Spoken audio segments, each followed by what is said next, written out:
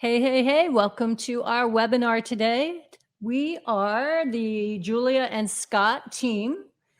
Julia Billen, owner at WarmlyYours Radiant Heating. Scott, all things technical. At WarmlyYours too. Yeah. Coincidentally. Today we are making the most of LVT, a luxury vinyl tile with floor heating. We want this to be very interactive. We talk about that a lot in our webinars. This is for you guys. It's for us too, because we enjoy doing it. But if you have questions, ask along the way, stop us, just shout them out if you want. We've gotten a few questions in advance. We're going to address those during the presentation. And this presentation is creating a lot of buzz. I kind of think it's because of me. I think so. You're right. Is that right? Yep. Okay, well, let's get started with the buzz. So show them how they can ask questions. Boom. You want to click to that slide? Yep. That's right there. Ask a question. Couldn't be any clearer.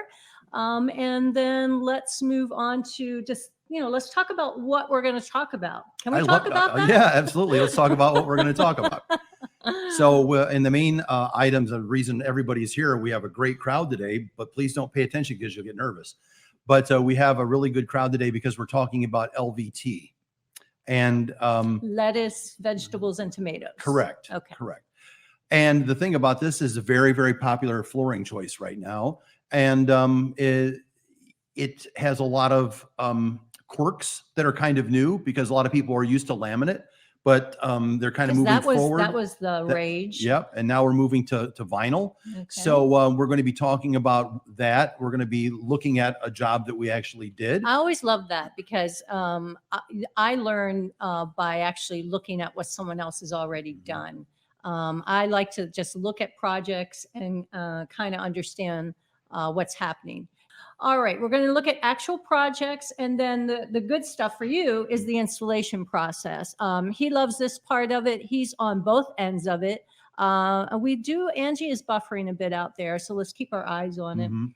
But Scott loves the installation process. One, he likes to talk about it because he doesn't want any problems on the end of it. Exactly. So we'll go through that in detail as well. I hope things clear up for you there, Angie. All right. So again, this is our most popular webinar by far. And the reason for that is what we're going to talk about next. What is the buzz about luxury vinyl tile? You guys maybe already know this, can throw some ideas out there on why you're interested in luxury vinyl tile, and then why you would want to heat it up. And the thing is, I think because it looks really cool and it's kind of easy to install. I think that's the major thing. I've personally installed laminate floors before, and I've done LVT, and LVT is easier. It's easier to cut. It's easier to deal with. It's easier to place. But there are some constraints about it. It is not as sometimes robust as laminate, which means it's a little more flexible. We're going to be talking about that later. The things that make it easier to work with are also a bit of its Achilles heel when you're putting it in with electric floor heat. So that's why we want to talk about it. But it's really good with scuff resistance and that sort of stuff. I was just going to say, I have kids, and I have laminate in most of their rooms because I did it about 10 years ago. And I have a luxury vinyl tile in one. And the durability so far has been by far weighing it for the luxury vinyl tile. So it's very durable. I love the cost of it. It lasts 20, 25 years. And that's more than what most people even need. Most people are remodeling every 7 to 10 years. And what's great about it is inherently waterproof. You get more versions. Some versions are more waterproof than others, but it makes it great for laundry rooms or a place where your pets are going to be, or, that sort of thing. So really, really the look and the ease of installation and the way it lasts are pretty much the reasons why people are so interested in this. And then the floor heating, it gives it that added bit of luxury, that added bit of comfort. So I love that. There are very specific products that we have for luxury vinyl tile. And I know that this can be a little bit too much detail, but you get this a lot. We have 2 product lines. We have TempZone and Environ. And typically TempZone is what you want to install always with luxury vinyl tile. The reason for that is because you get a nice flat floor. We had a question from Linda B that she submitted a question ahead of time saying, is it the same type of install for tile as it is for LVT? And what a great Yes. question, because it really is, It is. up to a certain point. So that was a great question, Linda. And you know, this is kind of the meat and the potatoes of that installation. You know, this doesn't look like LVT at all. I want to see the pretty LVT. Why am I seeing these cables and stuff? Well, the deal is because traditionally our Environ Flex Roll and our Environ Easy Mats have been used in floating type installations. Yeah, so you don't do floating with luxury vinyl tile. Those are embedded, right? Depends. There are some floating LVT planks, and people go, okay, this is LVT. It's a floating plank. I don't glue it to anything. So it must be floating installation. Right. It kind of is, but it's not done with the floating product. So you embed it and then you float over. Right. And we'll talk about more in the install process on that. Yeah. And people are traditionally, because remember, traditionally laminate was the big thing. Right. So our Environ Flex Rolls and Easy Mats were used with laminate and carpet. Because that's always floating. Right. Okay. Right. So that's kind of where the confusion is. Those are the questions we get every day in the phone center. Is I saw the Environ, I want to use it with LVT. And this is kind of the how to use it, to install it the correct way. All right. So if you want to purchase those products, you're looking at the TempZone product line. Say no to the silver. Right. All right. Right. Okay. Anything else you mentioned spacing here? Is that something that makes the TempZone more relevant than Environ, that the flexibility of it, or is Not particularly. I think we brought up the watt density and the spacing is because the TempZone Flex Roll is the wire pre-attached to the roll at 3-inch spacing. okay? Whereas a TempZone cable can be spread out. It can be installed at 3-inch, 4-inch, 5-inch, So not depending on how many watts you need in that floor. not necessarily related to luxury vinyl tile, but you know, okay, we know it's this product line. If you need more flexibility in terms of the design of the room, go with cable. Less flexibility needed because maybe it's a living room and you have a nice rectangular area, not a lot of odd corners, angles. You would go with the Flex Roll. Yeah, and you'll see later in our presentation, we've done an installation with both kinds. Oh, cool. So we wanted to see to show everybody, hey, there's two that we use, and here's how they're used. Okay, so we introduced the product line. Now you're going to give us a little bit more detail about why TempZone is the product choice. What am I looking at here? What are these images? Well, I'm going to move my pointer over here so we can kind of see. We have a sample here of a laminate in the back and a LVT in the front. Okay. You can see LVT. We talked about laminate being more robust, thicker, more resilient to movement. Yeah. And you can see that here. Part of the joy of working with LVT is that it does this. And part of the Achilles heel installing this is that it does this. Your greatest strength is always your greatest weakness. Right. So if we take a look, there are different types of LVT. As you can see, there are different thicknesses, but what happens is if you put a weight on both ends of these, you will see the LVT will sag more than the laminate. And because we want to have a great installation for years coming, we want to make sure that it gets installed correctly, because the LVT, no matter if it's the one at the top or the one at the bottom, eventually with the heat and with the wear and with your stepping on it, may tend to mold itself to the heating system if you use this Environ product right here that sits on top. So you would eventually see those wires in the actual LVT. They would transmit into that layer. So that's why we want a nice flat surface, first of all, because it will mold itself to the flat surface, which makes it look awesome. Okay. So also, when you install LVT, you'll also look in the installation manual, and because it's so much more flexible, it has a much more rigid standard of flatness that it has to be installed to. So you get so many inches deflection per foot. So leveling is extremely important. It's extremely important, more so than laminate, because laminate can hide that because it's straight no matter what. LVT is going to curve. Okay. So you don't want to look across the room and see a whole bunch of dives and rises in your floor surface. So this is this slide. Why this is important to you? Why you want to convey this information is you want them to know that you need a level floor, and you want flat. Flat. It must be flat, and sometimes that means you might have to bring in some self-leveling even initially just to get it flat. Correct. Okay. Especially old homes. Okay. You'll go into Got an it. old home that's 110, 115 years old and you're remodeling it, but the center of the floor is 1.5 inches lower than the walls. I'm going to be perfectly honest. During our rehearsal, I didn't really understand why this one was so important. Yeah, I love this. This is very indicative of what you're going to be, what kind of situations you're going to have out there. Okay. And in old houses especially, that's where the floor does one of these. Yeah. You want to get that floor that. flattened first, Okay. leveled first, and then start building the layers on top of that. Gotcha. Okay, let's go to thanks. That's good stuff. All right, what to look for when adding radiant heat. This is the shopping portion of, you're going out, you're going to be shopping for your luxury vinyl tile. These come in a few iterations. What have you seen in the stores? You see the foam backing, you see cork, you see all kinds of different things.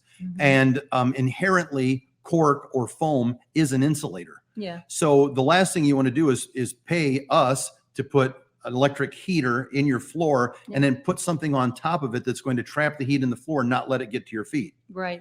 So that's where you're going to be doing 3 things when you go out to shop. You're going to try to find one that has as minimal backing as possible. Okay. You're also going to look for... By minimal, do you mean thickness? Yes. Yeah. Okay. Got you. And you also want to make sure that it has an R value of less than 1 for the assembly. How would we know that? Because a lot of manufacturers will say what their R value is. So right on the box? Or in their warranty documentation, or in their installation, or their sell sheet. Okay. So now I did an install in my home. Do you remember the product that was used, the luxury vinyl tile? yes, but I don't remember what was under I it. think it was the rubber backing. Okay. And that's performing fairly well, but I did check to make sure that the R value was less than 1. And slab rubber, it's kind of like a pad for a carpet. Certain pads have more R value than the others. Right. So I think slab rubber has a pretty low R value, and that's probably why it was chosen for your house. It performs very well. Yeah. And the main thing then is we talked about 2 of the 3 things. The last thing you want to do when you're going shopping is to make sure that the product has a warranty with radiant heat. Okay. All right. That makes sense. Yeah. And the flooring manufacturers kind of caught in the 50s and 60s when it comes to floor heating. Yeah. And we're starting to see some major LVT manufacturers, which are saying, oh yeah, electric is okay. Yeah. The laminate industry is very advanced in that regard. They've done a lot of studies. They know that it works well with their products, but luxury vinyl tile, just because of popularity, recent popularity within the last 5 years, I guess, they still haven't caught up. So, but talk with the manufacturers. They're getting these questions a lot, folks. So at this point, hopefully they know how to respond. And if you need us, you can get me, our technical team involved. We can work with the manufacturer with you as well. So there's a lot of misinformation out there sometimes surrounding radiant heating. We've been doing this over 20 years, knock on wood. Yeah, there's a hollow sound up there. So we can certainly help you navigate that with the manufacturer if you need us. Yeah, and I think we had 2 questions that came in before the webinar that would be perfect to address right now. Let's go for it. And one of them is, are all LVT warranties still effective with the WarmlyYours heating systems? There are just so many manufacturers, we can't tell you, we can't keep an up-to-date list. We have a general idea which are and which aren't, but it's always a good idea to check with your manufacturer. Yeah, and perfect. The secret word that you're going to look for when you're looking at warranty is abracadabra. Besides that, okay, is embedded heat. Okay. They will say this is okay with All right. embedded heat. That's a good tip. Yeah. Embedded heat. So if you see embedded heat, that's exactly the type of installation we're showing you here today. Not floating, embedded. Embedded heat. So that you're means going to it's see that it's in a layer of cement. Some adhesive. Yes. Okay. And the next question we got, the first one was from Christine S. So thank you, Christine, for asking that question. The next one is from Victor F. And Victor says, does the heat cause any shrinking or deforming of the vinyl? And you would probably be able to discern that by asking the manufacturer if their product is covered under warranty with radiant heat. Because if it doesn't have a warranty, it may be damaged or it may shrink. Yeah. It may do something with heat. And it's simply because of the chemical makeup of that particular board. Yeah, that's interesting. I've not seen anything in my own home, but I can tell you that the sun shining on the floor gets as hot or Or hotter. hotter Yes. than what the radiant heating, what the floor warming would get. So I wouldn't imagine that that would be the culprit for why there would be shrinking No. or expansion. So So that's another great question, Victor, and hopefully we gave you a good answer for that one. good stuff so So we've far. gotten 3 out of the 4 questions answered already. Did we do them right Yeah, though? we'll determine that later. If you guys have any questions, this might be a good time since we've read off a few. So far, you know, we've talked about quite a few things. We can circle back. We can answer some of your questions. And then Jeremy has a question. The one manufacturer tells us that the temperature cannot go above 80 degrees. Would the temperature reach that? That's an outstanding question, Jeremy. And we are actually going to talk about that next, if I believe. So let's look at that. So we've got that question. And any other questions? Why not develop a heated floor solution for any type of floor rather than specific type of floors? Well, that's an outstanding question, Robert. So let's address that. And then our next slide. Which we already have done, because what we're doing today will work under carpeting, will work under tile, will work under just about any type of floor. So there are two systems, Robert. One is an embedded system, so it's in some type of adhesive. The others are floating. So there are two types of heated floor solutions. And the embedded is really what we're talking about today. And just as Scott said, embedded is for luxury vinyl tile, tile and stone, wood, nailed hardwood floor. What am I missing? Just about everything can be done this way. Concrete. Yeah. Flooring. So then the other side of the coin is where the heating element's not embedded. It's floating, subfloor heating element. And then the final flooring surface there would be carpet and a floating laminate or a floating anything. Engineered wood. Right. Would be the most popular, I think. So there are, Robert, two heating systems, and I've been, in 20 years, we actually were the first to bring on the floating systems for carpet, laminate. So we're pretty proud of that. You're welcome, Robert. Jeremy, let's answer his question, because that is like one thing I really wanted to emphasize during this presentation is that these luxury vinyl tile and laminate manufacturers both have very strict guidelines for temperatures. They want the temperatures to not go above and beyond a certain degree Fahrenheit. Right. And they not only do some have temperature recommendations or mandates, but they also can sometimes also have moisture. But we really want to talk about the temperature part of that. Absolutely right, Jeremy. They either are looking for their temperatures to stay at 82, that's a very common one, or 80 degrees Fahrenheit. Those are the two that you typically see. I've also seen 83, 84. I've seen some 84s, but most of them are 82. So in our thermostats, and that's why you really do want to use a thermostat that's designed for electric floor heating. That's just one reason why. Because we know this, and we have a setting where you can actually default it to laminate at 82 degrees, or you can even set up a custom setting, and you can just show the custom button there, and then you could put in the 80 degrees. And that right there guarantees that your floor heating is never going to go above that temperature. And you can show that temperature setting if something happens to the manufacturer, and you need a warranty claim or something. I doubt that. But if something did happen, you can show that you've done your due diligence. You've set it up exactly at their recommendation. So the floor heating thermostat is a very integral part of the heating solution for luxury vinyl tile embedded and for laminate floating because of those mandates. We don't have those mandates for tile, for concrete. We only have them for wood type materials. Yeah, and what's great about this is it's going to keep the temperature within a degree. Yeah. So it's the thing with hot water is hot water. You're talking about hydronic Hydronic heating overshoots. systems. So if you say, I want the floor temperature to be 82, it'll go up to 90, then it'll go down to 70, 87. It Yes. overshoots and undershoots all the time like a wave. And that's why we always recommend for any type of wood or luxury vinyl tile, laminate, where you have these mandated temperatures, that you always install electric floor heating, because as Scott was saying, we can get it within a 1 degree differential. Right. And the thing is with electric, at the beginning of the mat, it's the same, or a cable is the same temperature at the beginning as it is at the very end. All right. A hot water circuit is much hotter at the beginning than it is at the end. Jeremy, does that answer your question? I hope so.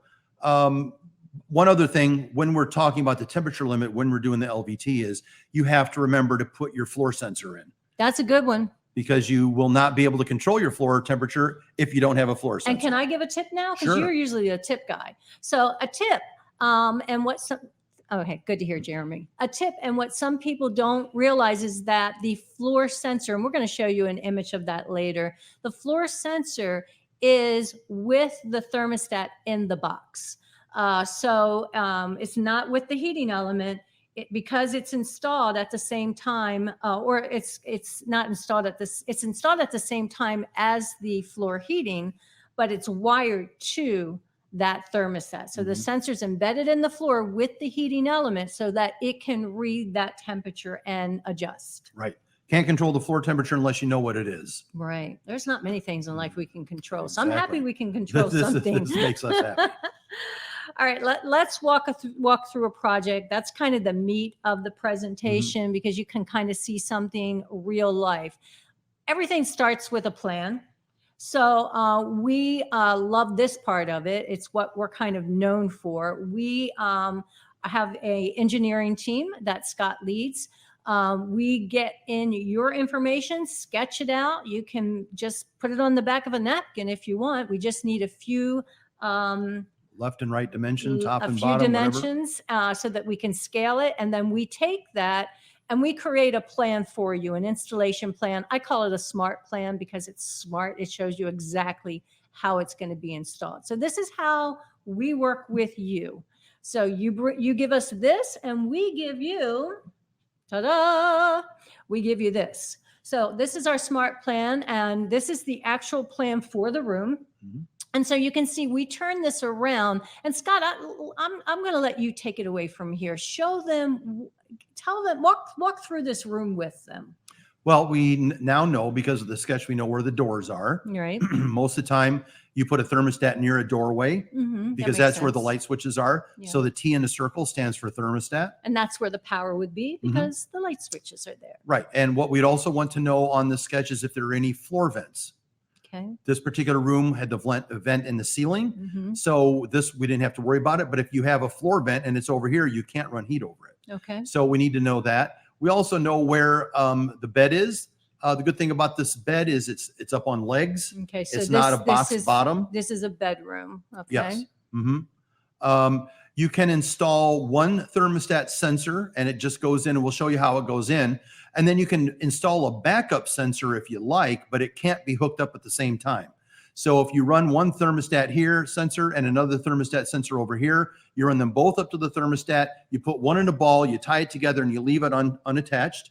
Did you see Sharon's question? Yes, that's what I'm talking to Sharon. That was pretty. I thought you were just ad-libbing that and reading Sharon's mind. But, yep. Okay. So Sharon, that's the idea: is you can install a backup sensor, but you run them both up to the back of the thermostat, but you only attach one. Yeah, it would not be a good idea to attach two sensors. No, it's going to tell you it's 100 and some degrees all the time, and it'll always be on. So you don't want to do that. So here we can see what's marked out in the room. None of these are boxed bottoms, so we don't have to worry about the bed or the chests over here blocking the heat. And some people decide to put it under the bed. Some people don't. It My depends, dogs are under the bed, so I Right. have floor heating under my bed. They love it there. And my cat loves it too, but the dogs and the cat don't love it together. But other people decide to just put it around the bed. The only thing I would say to that is make sure you never move your bed. Right, exactly.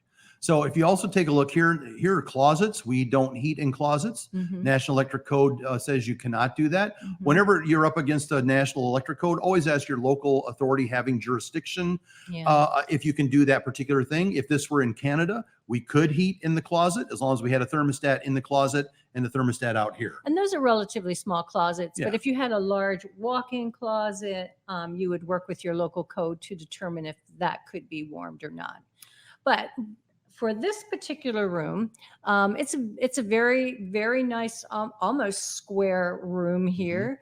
So this gives you nice clean lines. So you did a flex roll product here. By the way, guys, we would decide that. We would decide if the room was needed more flexibility, and we would use cable, or if we thought, well, this is going to be very quick to install with a roll. And as you can see, oh, look at you. Look at you. So there's a cable plan there. And it's a lot of runs back and forth. Or click back up to the roll, you can do 4 runs back and forth. So as you can see, we would design it with the flex roll, but there's also sometimes a budget issue. The flex roll is a little bit more expensive. If you click over to the cable, that's less expensive. So time versus money is, those options are there and available for you. But we always, on the cable, since there's a lot more runs that are being done there, one of the things that we do is something that you actually initiated. Talk about that, Scott. Well, and why it's important. Well, what you can do, I don't know what you're talking about personally, but sure you do. But anyway, if this room, now we know that this room's on the 2nd floor, right? That's right. And we know that this room is has a source of heat already. Yes. Okay. So this is going to be acting as a supplemental source of heat on the 2nd floor, which means down below it's heated too. So your floor is automatically going to start at like 68 degrees or 70 degrees usually. We could actually spread the cables out instead of being 3-inch spacing like the rolls are. We could move it out to 4. So or a lot 5. of flexibility, which is what we talked about on one of those first slides. Yeah. And you can you can do 2 things with that by moving it out. If you are on an area that is not using primary heat, so you can move it, you can move the spacing apart. The further you move it apart, the less watts per square foot you have. So you have to keep that in mind, right? So you're using less energy, you're paying less for the product because you can buy a shorter cable. So there's a lot of pluses. I wouldn't put this in the basement, with 5-inch spacing in a room as its only source of heat. You would definitely feel a big difference there. So talk to me, what is the standard cable spacing that the engineering team is using? 3 inches. So that's 3 inches. And then as you can see, there's also, and that's what I was referring to earlier, there's a little red dot there, a little halfway mark. And that was invented by you. Well, it's great because I've installed this before and I don't want to get to see the starting point is here because there's your triangle. Yeah. So the starting point is here. And if I, by accident, put it every 4th or 5th clip, all of a sudden this red dot that's the halfway mark on the cable is over here. I know that I have not followed the plan. I've used too little cable. Okay, so you've spread it out too far, or the opposite. You could go too close. If the red dot is over here in the middle of the floor, and you see that halfway mark, and you're like, I'm not halfway. At least you're not pulling up the entire install. Right. You're getting halfway, and you're going, oh, I'm right on, or whoa, something's wrong. So because invariably we talk to people who go, I didn't know that piece of white tape on the cable meant it was at the halfway mark, and they get to the very end and all of a sudden I've got way too much cable. Well, if you'd have looked at the red dot on the plan and matched that with the white mark on the cable, you would have known at this point whether you were installing in trouble or just moving along perfectly. Exactly. Right. The good thing about these smart plans is it also gives you a lot of information. I was going to talk about that because you were talking about the fact that you can with the cable you can use less, you can use more, and that certainly affects how many watts, how efficient it is and what the electrical consumption is. That's on every plan we do. So if you take a look at that operating cost right there is right to the right there, it gives you the amps, total wattage, lot of great information there that you yourself can use or you can pass along to your clients to let them know exactly what the operating cost is going to be. Yeah. Take a look at the roll as well. That information on the Flex Roll is there too. And as you can see, it's about the same, if not exact. You can see the actual operating cost per hour. And remember, I say per hour for a reason. These systems are usually, typically, not on 100% of the time. A bathroom, you use it very purposefully. A kitchen, the same. A dining room, the same. You might use the bathroom. You might have that on a 3-hour schedule. And Yeah, the that's secret about is it. to use the heat, have the heat on when you're in that room, Right. and to not when you're not. Yeah. So great information here, not only with operating costs, but also for sizing the circuit or breaker that this is going to go on. So we tell you exactly the number of amps. And we also include with this, it's not in this presentation, but you'll get the plan, the smart plan, the install layout, but you'll also get an electrical detail of what's required from that end as well. Right. So, and that will also help you to size circuits and things like that. Any questions on these plans, how to read them? We always show you the stop and the start. That's important. We always show you the thermostat location. That's important. For the cable, we show you the halfway mark because that's important. We always want you to check the dimensions. Things change all the time. We know that. So before you install, just do an overview. Make sure those are done properly. The other thing you should know is we develop these plans and we do it to avoid any not obstacles, but any appliances or flat furniture that you might have in a room. So if you're not doing something that's as nice and clean as this plan, you're doing like a bathroom. These plans would avoid going under the tub, the shower, the vanities, the toilet. So we like to know some of the fixtures in the room. Also, if you had a large bookcase that was going into your bedroom, then you would not want the heat under that flat bottom bookcase. Exactly. Is that the best way to say it? Yeah. And if this bed were one of those beds that had drawers underneath with a box bottom, you definitely want to heat. You wouldn't reckon you would not. Okay. So that's the project. You send us your information. We design it for you. We give you the project overview, which tells you exactly how many square feet you're getting, and operating costs, as you can see for there, not only per hour, but per day. So there's a lot of information for you and for your clients. So let's take a look at this heating system with the TempZone Flex Roll. Okay. And then we go with the cable. We can fill the room up a little bit more. So you can see we're using a little more wattage on the cable just simply because it fit in there a little bit tighter. Right. So we also tell you still. So if you have a room that was maybe a little on the cold side, you'd want to get as many watts, as many BTUs in there as possible. So you might have that as a consideration. Right. Exactly. Yeah. Okay. I like it. All right. So before we get started on how to install this system, Scott really loves to talk about testing. Yeah, because you don't want to put a product in the floor that doesn't work. Yeah. Now, let me tell you, before it leaves my warehouse, it's tested 3 times.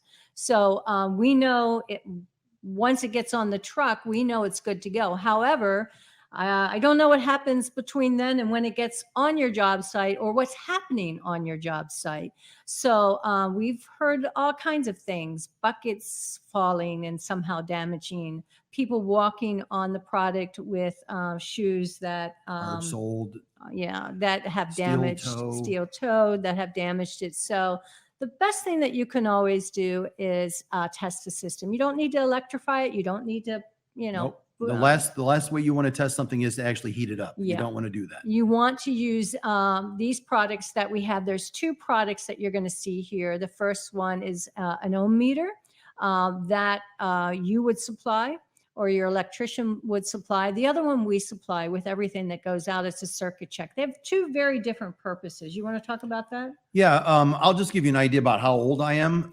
When I started out in the technical business, these digital ohm meters were hundreds and hundreds of dollars. Okay. They used to be very, very expensive. This one costs $6. Nice looking. Okay. So it looks great. It does a good job. Mhm. So in the old days, people go, oh, I'm not going to buy one of those digital ohm meters. They cost too much. Mhm. Okay. Well, this costs less than a cup of coffee. At Starbucks, for Exactly. sure. So this unit, there is no substitute for a digital ohm meter. You have to have it because you have to have the ohms readings of your floor to figure out if your mat's good or bad or your cable's good or bad. So the product comes in. You test it the day you get it, Yeah. not the day you're going to put it in. Gosh, I would have done the second one. So as soon as you get that box with the product in it, you open it up, you test the cable or test the mat and make sure it's good. If it's not, you call us up. We'll get you another one out right away. Okay. But the last thing the reason we're going to all this stuff is because once you're covering it with self-leveling cement, you don't want to have to go back in there and start chiseling it out to go, oh, I wish we would have tested this. That's not a pretty sight. Right. So you test this 3 times out on the job too, because you don't know, you may have installed the cable, but you don't know if the guy putting the trim in didn't hit the trim, put a trim nail through your wire. Got it. Or what happens all the time is people will come in and put door stops in the floor and that door stop screw goes right into the cable. So this is why it's so important to let everybody that you know, all the different trades that are coming in there. First of all, there's electric flooring under here. Yeah. And second of all, you test it at different increments as shown in the installation manual. And at that point, you can verify it's good before you move on to the next step. So the ohm meter is used 3 times. It's when you get the product. It's After you lay it out. After you lay it out. And in the as you're laying it out, the reason for that, I would assume, is because you are cutting the mesh to make turns potentially. So you want to make sure in that effort that you've not cut the heating element. Right. And then the last time you would do the test would be when you're all done. When you're all done, you've got it embedded in its adhesive and it's ready to go. You can't fire it up immediately because the adhesive has to cure, but you can test it and show yourself or your client that this system is working, because you're looking for ohm meter and you're looking for an ohm reading from your ohm meter. And on every heating element, there is a label that shows exactly what the ohm measurement should be or output. What's the best way? Just an ohm reading. Ohm reading. Yeah. And then the second device that looks kind of like an egg is our circuit check. And that is actually attached to the heating element during the install. And it's checking the circuit to make sure that nothing goes wrong. There's no break. And if something does happen, it chirps like a bird. Right. If you were in the middle of laying the cable out on the floor and a tradesperson comes in the room and drops a hammer and all of a sudden it goes, wee, it's telling you whatever just happened, you need to stop and you need to address that spot that you were just over. And I'm going to tell you this, folks, 99.9% of the time, when something goes wrong, it's not after it's been installed, it's during installation. And it's not because it's a faulty product, because I've tested it 3 times before it's left my warehouse. And you've tested it, and they've tested it once while you got it. You tested it when you got it. You put that circuit check on during the install. You've tested it again to make sure that, Crowdcast is experiencing outages right now, but they should be working again soon. Okay. Can we try refreshing the thing? Oh, we're good to go. Okay. So the circuit check, that worked great. Good to hear. All right. So the circuit check is a device that's going to be used. You put it on the return power lead, the code lead. You kind of attach that to the circuit, the wires to the circuit check, and you turn it on and you let it just sit there waiting for something to go wrong, and hopefully it doesn't. Right. Okay. And the circuit check is a device you use during the installation. It's not something that you come back and test with later. It's not a diagnostic tool. The digital ohm meter is your diagnostic tool. Yeah. All right. I think we wore out that title. I mean, that. But it's very, very important because you never, ever want anything to go wrong with the installation. It's always good to know. Yeah. All right. So we've got the plan. We've done our testing. Let's talk about how this floor is going to be built. Well, what we do is we ask you what the subfloor is. Yeah. And then we ask you what the type of flooring you're going to use is. And so we know in this case, this Wood project, subfloor. wood subfloor, very typical for a second floor. Mhm. And we know this is a webinar about luxury vinyl LVT. tile. So that's the beginning and the end. Right. So what's in the middle? Well, you've told us. Now we've built this from top to bottom. Okay. So here's LVT at top. Here's the plywood subfloor at the bottom. Right. So now we know that you need to put primer over the subfloor. Okay. We know that you you roll out the cables on the mesh. Mhm. You install that. You attach it really, really well to the subfloor. How do you attach it? Using hot glue or staples through the mesh. Never, ever put a staple over the heating wire. element, folks.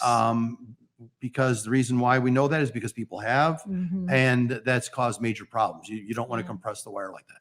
But you have the roll here, and then you have the self-leveling.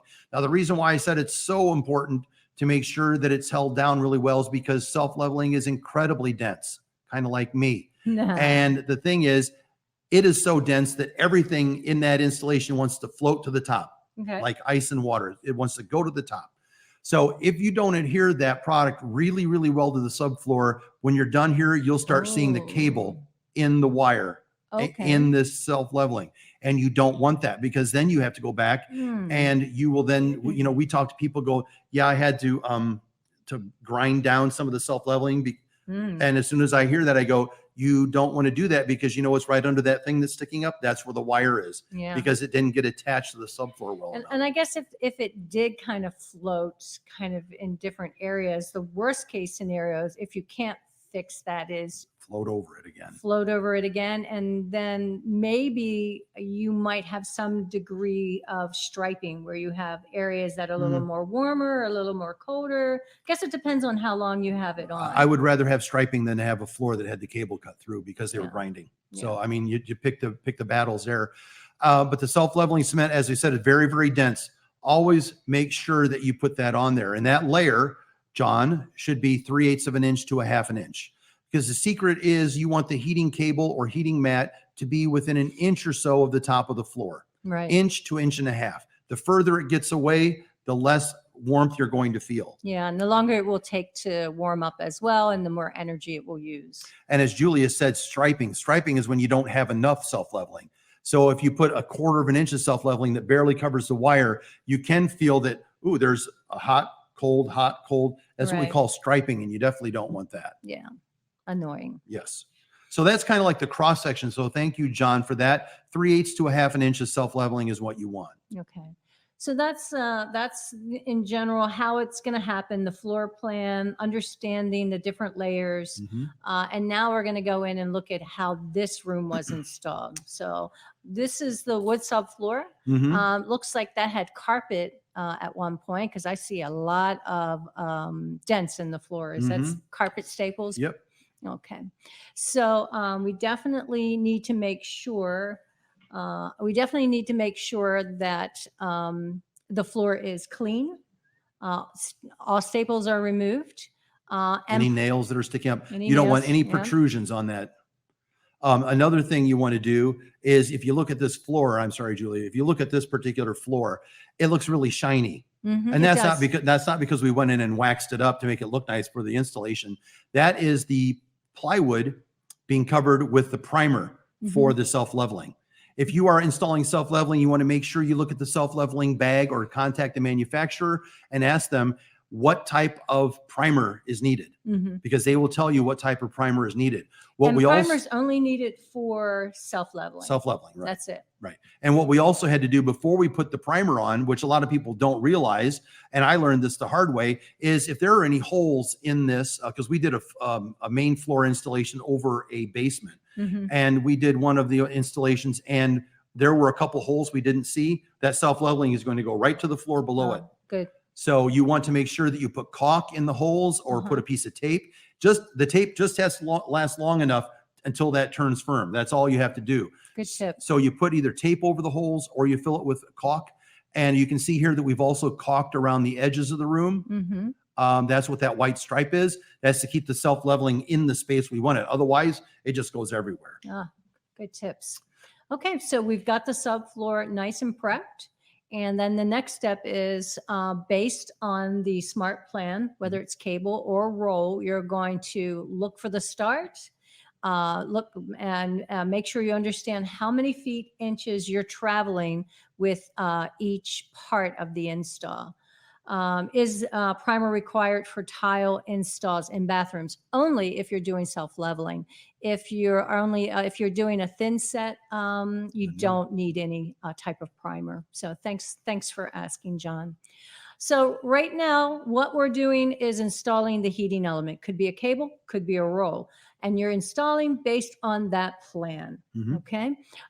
We talked about this. You're cutting the mesh usually with the roll in between the loops. Those loops are spaced at 3 inches. 3 inches. So, and the cable is facing downward. That's another question we get all the time. Is it cable down or cable up? Well, the secret is to this, especially with self-leveling, is you want the cable under the mesh because then you can staple the mesh down. If you don't, and if you flip it over, the cable is attached with 3 strips of tape, as you can see there on the other side. Yep. However, if you turn it over and it starts to rise up to the top, so you'll see loops coming up into the top of the self-leveling. So that's why it's so important that the cable side down. And another good thing to check at this point is you've got that return power lead. You can kind of see it there in the lower right hand. You can also see the label I was talking about earlier. That has exactly the ohm specification that you're looking for when you do your testing.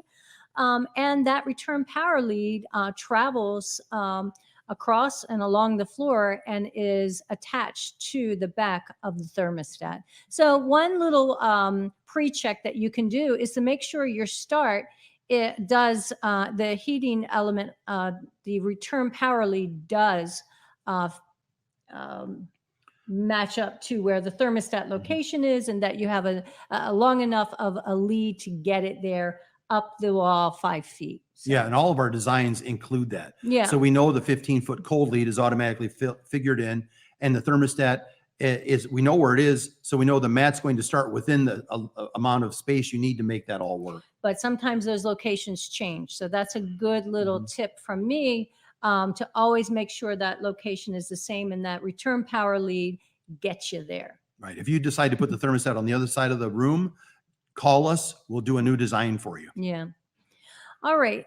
This is just showing the same thing, but with the cable product. The thing that's unique about the cable is with the roll, it's kind of the heating elements attached to with the fiberglass mesh. It's kind of attached, but the cable's free flowing, and that's why we love the flexibility of it. But what it attaches to are fixing strips that are on the edge, either one direction or the other, based on the plan.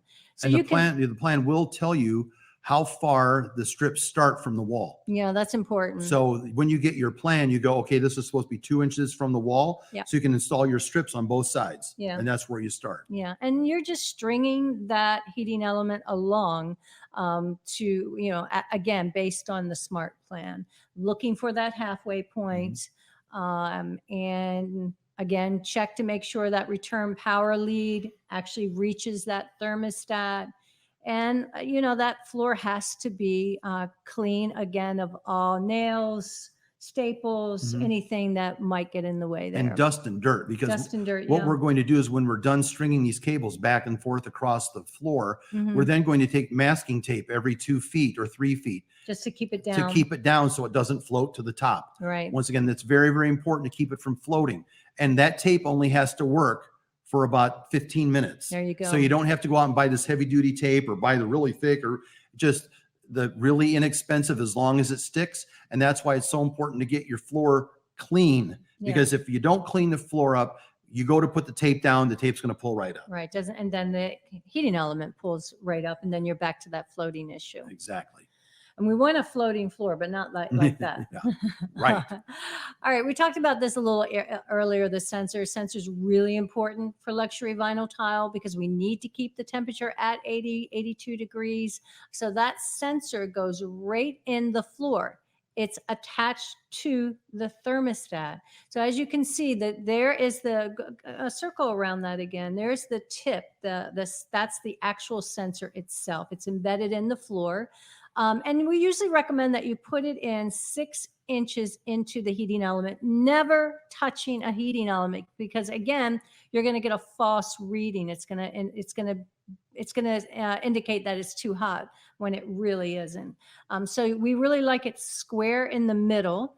And you also do have to be careful about the positioning of it as it relates to maybe sunlight or outdoor walls. What's your recommendation? The most there? important thing is to put the sensor someplace where the sun will not hit it. Okay. Because if the sun hits it, that spot on the floor is going to be nice and warm. The rest of your floor will be off because the thermostat thinks it's 100 degrees. So it's going to turn off. Yeah. So that spot's going to be really warm and the rest of it's going to be cold. So take that into consideration when you're thinking about thermostat location. The most likely location is usually where the light switch is, but that might not be ideal in terms of sun coming into the room or being near an outer wall, which may be a little colder than normal. But the thing is that the thing with the thermostat on the exterior wall, that's just ingrained in people because historically people have been heating their houses with forced air. Right. So the coldest location in your house is going to be on an exterior wall because the sensor for your home is going to be built into that thermostat itself. It's gauging the temperature of the air. Well, the thing is with our product is if you say, ideally it's not perfect to put on the exterior wall, but since we're gauging the temperature of the floor, what you do is it can go on an exterior wall because your temperature is based on the floor temperature, not the cold wall that it's attached to. Okay, so the most important thing, it sounds like, is the sunlight not hitting it. Right. Okay. All right, excellent. Good point. Make sure that sensor gets installed, folks. If it doesn't, we have ways to correct it, but it's harder to correct it with luxury vinyl tile than it is with something like a tile install. Right, and make sure that you don't run this sensor wire in the same conduit as the high power wires that supply the power to the floor. This is a low voltage sensor, and so the heating elements are usually 120 or 240 volts, so you want to keep those separate. Usually what we find is that the return power lead will go into a conduit based on local code. That low voltage wire can usually just hang in the wall. Okay. Any questions on that, folks? What do you think? Did we cover everything nicely? I think so, there? yep. All right. Next, we've got the sensor installed and we're ready to get it embedded, right? So it's always self-leveling cement when we're talking about luxury vinyl tile. And the reason why we say self-leveling cement is because I've been out on an installation where they didn't use self-leveling. So they use thin set? They wanted to use thin set because self-leveling cost a little bit more. Unfortunately, no matter how good you are with thin set, it's nearly impossible to get it exactly flat. So what happens is if you have an LVT floor that's put over a surface that's not completely flat, it's going to sound hollow in certain places where you walk. And that's the last thing you want to do. It feels like you're on teeter-totter. And when you take steps, sometimes it feels firm and sometimes it's hollow. I've had that with my tile installs. Yes, and you don't want that. And that's a bad situation. If for some reason you do get an install like that, what you can do is you can simply cover it with a layer of self-leveling to get it flat, and then you can go. But once again, you don't want that heating cable too far from the top of the surface. Okay, good stuff. All right, so self-leveling, you just mix it up, you pour it. I think the most important thing that you talked about earlier, which is making sure the parameter is sealed, making sure you don't have any way that the thin set, because this is a second floor, not thin set, the self-leveling is going to leak into the room below, and the primer helps with that. So other than that, we've talked about everything on here. I think we're good to go. All right, and now we do the install. And look at how nice and flat that looks. It is nice looking. And that self-leveling is nice and flat too. This floor is going to look fantastic for its entire lifespan. Now, one thing we didn't talk about, kind of what we talked about when we put this system in a couple years ago now, is that, you know what, if you get tired of this flooring, you can simply lift it up and put a different LVT on it. If you get tired of LVT 10 years from now, you go, you know what, I really wish there was carpeting in here. You lift up the LVT. As soon as you take the LVT up, you have a nice flat surface that's warm. And that's a really great point. And the reason why I personally love using self-leveling cement for every type of embedded install, because whether it's tile or luxury vinyl tile, things change, trends change, tastes change, and if you're not into dark luxury vinyl tile 5 years from now, you want maybe something that's more light and airy, and you want maybe engineered wood instead of luxury vinyl tile. You just pull up the flooring. You don't have to worry about damaging the heating element as you're pulling up that luxury vinyl tile, because it's safely embedded in roughly 3/8 inch of cement. Right. And the thing is, if you want to change this, you can even change it to tile if you wanted to, because simply you're doing it. You're just taking this flat layer and thin setting the tile into that flat layer, which is going to give you really nice flat tile work. Yeah. So one of our questions from John is, would the process be any different if the luxury vinyl tiles installed in the bathroom? I can't think of anything that would be different. You have a shower. If you had a toilet over here, you'd have to build a dam with 1/4 inch Cerazorb, or quarter inch strips of Cerazorb, or some sort of trim that's 3/8 of an inch thick. Because you'll dam off that area for the wax ring. Yeah, and we can show you how to dam off areas for the wax ring. What other areas might you dam off? Around air vents. Okay. And around where you're moving from one room to another transition, you want to dam off there too. I hope that answers your question, John. Here we talk about after the self-leveling has dried, complies with the moisture level requirements of the flooring manufacturer. We touched on that at the beginning, which is especially hardwood and some luxury vinyl tile manufacturers. Not only do they have a temperature requirement, but they have a moisture requirement. So that's kind of out of our realm, but there are moisture sensors that you can just purchase, and you make sure that it's the right time to install based on their moisture requirements. Right. Yeah. Because sometimes these things have to cure for a few days, a week. They have to, the interior has to be at a certain temperature before it can be installed. So just follow all of those guidelines. The cure times will be on the bag of the stuff you buy. It'll tell you this will cure in this amount of time.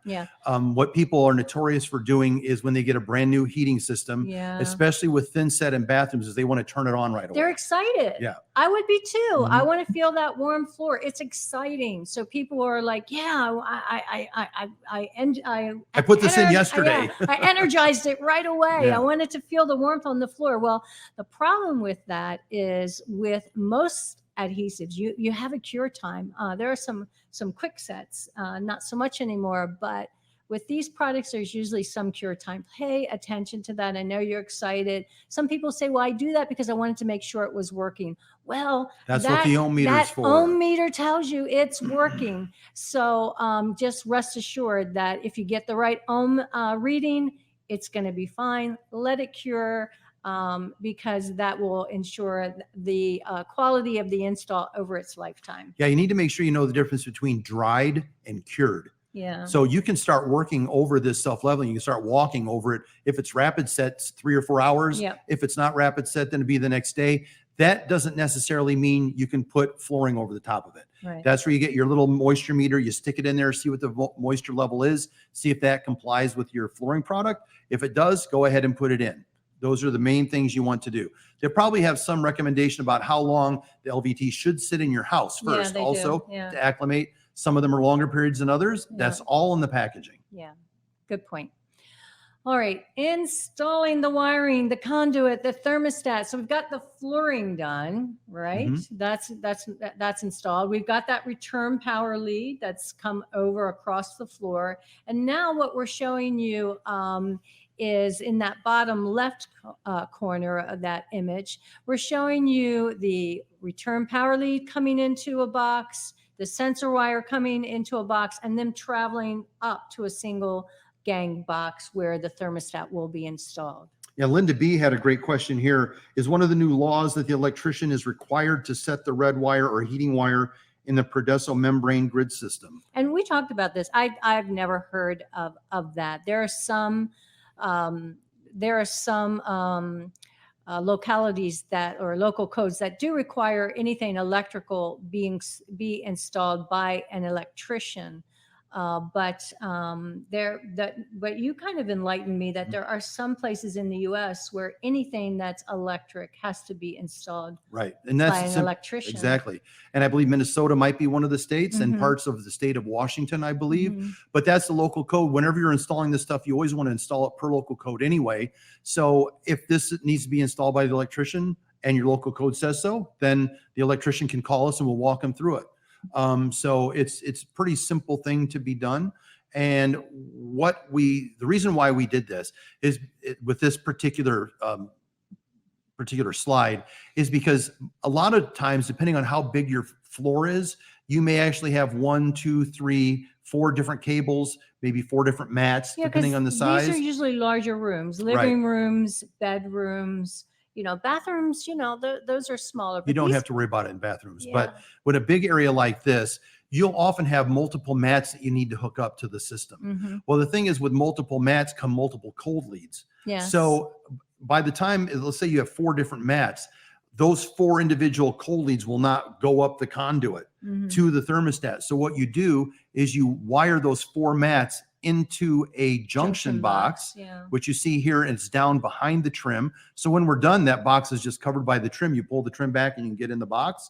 But And that junction box is only needed if you have more than 2 or 3 Right. return power leads coming to the same thermostat. And also, if you decided to put this thermostat somewhere else in the house, Mhm. you would also do this type installation. Okay. So here's where you see you run these 2 mats into this junction box, they wire together, and then it's a single run up to the thermostat. And we always recommend that this part of the install be done by a certified electrician. That is the wiring of the heating element to the control. Mhm. However, the embedding of the heating element is usually done by a flooring contractor of some sort. Unless you live in Unless one of those places you where they live, require an yeah, electrician. exactly. So that's what we're trying to go over there.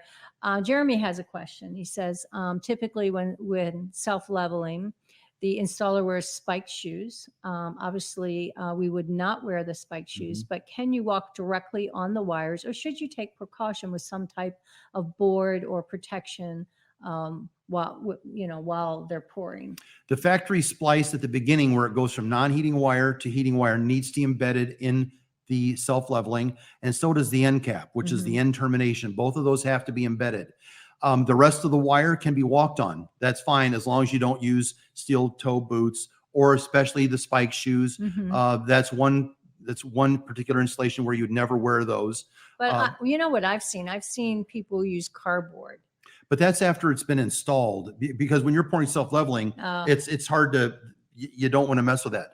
So I see. as you're in there, you're You're pouring, right. you're going to be pouring, first of all, in the furthest corner and working your way to the door. Mhm. So you are going to have to walk across the cable back and forth to do that.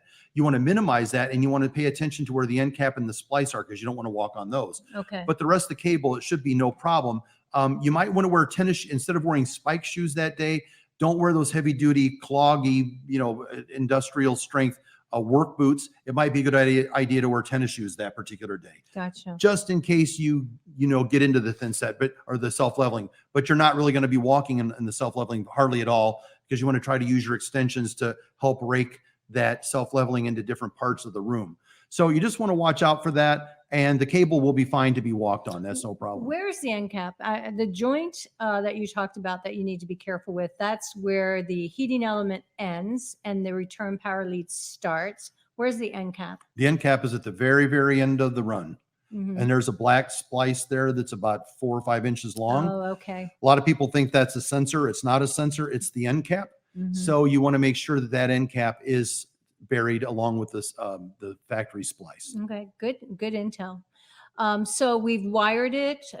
We've brought the heating element over to the box. Mhm. We've gone up the wall, and now we're going to wire it to the back of the thermostat. Right. So we're making 2 connections, actually 3 connections. One connection from the power from the circuit breaker, which should be done by an electrician. Mhm. Then you are connecting the heating product to the back of the thermostat. Mhm. And then you are connecting the thermostat sensor to the base of the thermostat. And in terms of thermostats, most of our thermostats will work fine. You just need to make sure that you use one that allows you to select the correct temperature, 82 degrees or a custom temperature.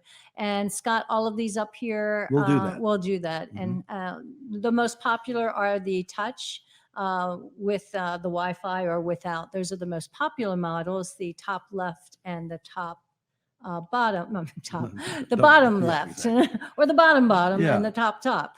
So those on the left, top and bottom, are the most popular, but any of these will work fine. And we'll help you, we'll walk you through that, which thermostat is best for you and your application. All right. And there it is. Voila. Looks great. C'est magnifique. It's quite beautiful. So that looks great. And that's why I love luxury vinyl tile. Great look. Great price, not the most difficult product to install, soaks up the floor heating. Yeah, and it'll last for years. And a good thing about this, if you decide to change, you can pull it right up and do something else. We talked about a little bit before, but if you, let's say that this room is a room that you want to repurpose to something else, you simply pull this up and put tile down or put carpet or whatever. Studio. Yeah, whatever you want to go in there. But that's what it looks like. It's a great look. We always like to give a little bit of an idea of how much, losing my voice here, how much things cost, MSRP. So we're just showing you that for this room, how many square feet was this again? Do you remember? Not off the top of my head, no. Go back to the slide with the plan. Excuse me. So right there, slide 11. So we can see this roll is a 240 volt. What size is it, Scotty? My print's too small for me to see. We're so far away from the screen. Yeah, it looks like it's 3 feet by 3 feet wide by 43 feet long. All right. So that's the size of the product. So it's a nice size room. And as we can see on overall dimensions, 14 feet 3 inches, 13 feet 9. So a nice size room, a little above average, I would say, for a bedroom. But just to give you a general idea, the heating element plus the control, not terribly expensive. It comes in at under 1,500. So we always like to give that as so that you can get a feel for if this is something you or your client would have the budget for. Because you think about it, you're already purchasing flooring, you're already needing to have some type of adhesives. So you've got the labor already there to install the heating element and to provide that level of comfort. It's not a ton more money. Yeah, and it doesn't take that long either. Self-leveling is much faster to work with than thinset is, because you just pour it out, you level it, you get it set, and then you count the time, and then you wait for it to firm up. So it really doesn't take a lot of time with self-leveling. That's what's so great about that for tile or bathrooms or anything. Right. So as you can see, if you purchase the roll product, it's $1,500, and the cable, and that's what we talked about earlier, time or money. Cable takes a little bit longer to install, but it costs a little bit less. So roughly a little over $1,000 to provide heating in that room. And that's amazing, because I can tell you that I have certain rooms that until I put electric floor heating in them, never were really warm using my traditional furnace. And one of those is my son's room, which is over a unheated garage. Classic bonus room over a garage. Happy to have the room, could never get it warm, cold as heck. But once I installed the heating element in there, and that was a laminate with floating, but same thing. Now that room is nice and cozy. So for $1,000, $1,500, you really have added comfort to something. You've taken a room that was unbearable to making it a useful space. Exactly. So that's the presentation, A to Z, why you would want to use it, how you plan for the project, how you install it, some tips from us on testing and things like that. So I think we've covered some good things, but any last minute questions out there? You guys have been great, by the way. We have a video for this too. Yeah. If you're ever curious about types of installations that go, I wonder how that's put in, or I wonder how that's put in, just go to our website, and at warmlyyours.com, you just look in the Explore section and look under videos, and you can see all kinds of different installations. All right. Well, let's talk about what's coming up. We do this once a month, the second Thursday of every month. So the next thing that we're going to be talking about is how to use electric radiant heat as a primary heat source. I have forced air in my home, but I don't use it as my primary heat source. I use it as my supplementary heat source. And my electric floor heating is the thing that I use as the main thing. So you guys have been great choice of partnering to do this present. Well, thank you, Robert. So join us, if you like it, Robert, join us in our next webinar. We'll be talking about using it as a primary heat source. And then we do daily Q&As. This guy is live every day. We have other experts live every day. These are kind of more intimate settings where you can just come on every day of the week at specific times. It's all on our website, and you can have a one-on-one session with one of our experts, and that's geared towards you. We can talk about anything you want to talk about. We can talk about global warming if you want, but ideally it's usually related to electric floor heating, even our snow melt applications, which are on fire. Lots of popularity there for snow melting. So if you're curious, you want more information, you want it one-on-one, not a canned presentation, every day we can talk with you. So take advantage of that. We've got an ongoing sale. So we always like to talk about that. 20% off the Environ Easy Mats. They're floating, not for luxury vinyl tile. Nothing ever glues to it, and it glues to nothing. All right. Carpet applications, laminate applications, floating engineered wood. So that's happening. And then the last thing is you're going to get a survey, because you know why? Thank you, John. We want to know what you want to talk about. We want to know what you're curious about, what your clients are asking about, what's going to help you to do a better job in installing these products. So tell us what you want to learn, and we'll actually do it. Absolutely. We've been challenged before, and we've taken up the challenge. I would rather talk about something that people are interested in than not. So that's where you guys come in. All right. So thank you. The buck stops here. I'm the owner. So email me directly. I love it. I get a lot of email. jbillen@warmlyyours.com. I barely sleep. I get so much email. I guess all of you can relate to that. But we're here 24/7 for you as well. This guy's 24/7 with tech support. So buck stops with us. Call us. Call me. All right. So that's it for us. So until next time, stay warm and be radiant. bye, everybody. Take care, guys.